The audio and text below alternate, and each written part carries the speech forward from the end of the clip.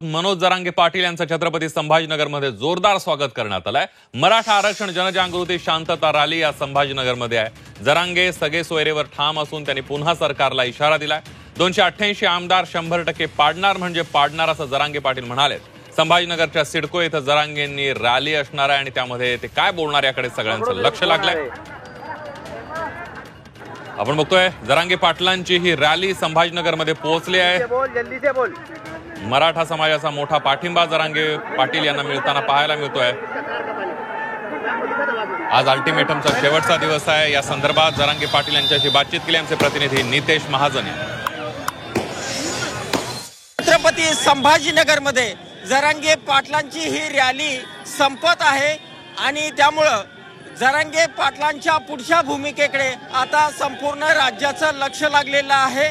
या संदर्भात बोलण्यासाठी जरांगे पाटील आपल्या सोबत आहे। दादा, आज 13 तारीख आहे, 1 महिन्याची मुदत संपते, काय आव्हान असेल सरकारसाठी?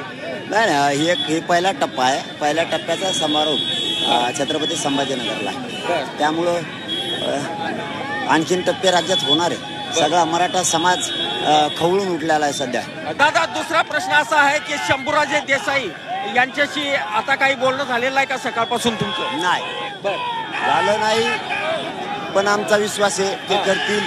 पुन्हा एकदा आजचा दिवस, आजची रात्र त्यांच्याकडे। मराठा समाजाने त्यांच्यावर विश्वास टाकलाय, शिंदे साहेबांवरती टाकलाय, पुन्हा एकदा फडणवीस साहेबांवरती विश्वास टाकलाय, ते 100% न्याय देतील। पण मला जी24च्या माध्यमातून सरकारला एक महत्त्वाचं सांगायचं आहे। मुख्यमंत्री शिंदे साहेबाला आणि फडणवीस साहेबाला विशेष करून दोघांना असं सांगायचं की तुम्ही मात्र आम्हाला विटीस धरू नका, आमचा अंत बघू नका, तुम्हाला खूप मोठी किंमत मोजावी लागेल।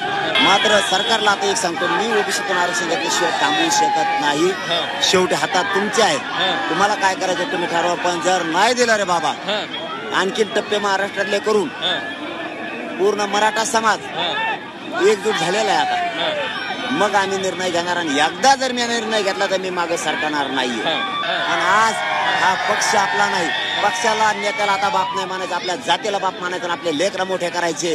वारे बादर मराठ्यांनो, तुमच्या चरणी नतमस्तक आहे। खास क्षत्रिय मराठ्यांची चाल आता तुम्ही हातात घेतली, मैदानात उतारलात आता तुम्ही लढायला। मला तुमचा गर्व वाटतोय की एवढ्या ताकदीनं मराठी एकत्र आले स्वतःच्या मुलाच्या न्यायासाठी। आता पक्षाला नाही मानायचं, नेत्याला बी नाही मानायचं, आपल्या लेकराच्या बाजूने जो त्यालाच मानायचं। मी काय वाईट नाही करत, मायबाप मराठ्यांनो, महाराष्ट्रातल्या सगळ्या मराठ्यांना मी आरक्षण मिळवून देणार। Video journalist Mohammad Taufiq Nitesh Mahajan, Zee Media, Chhatrapati Sambhajinagar.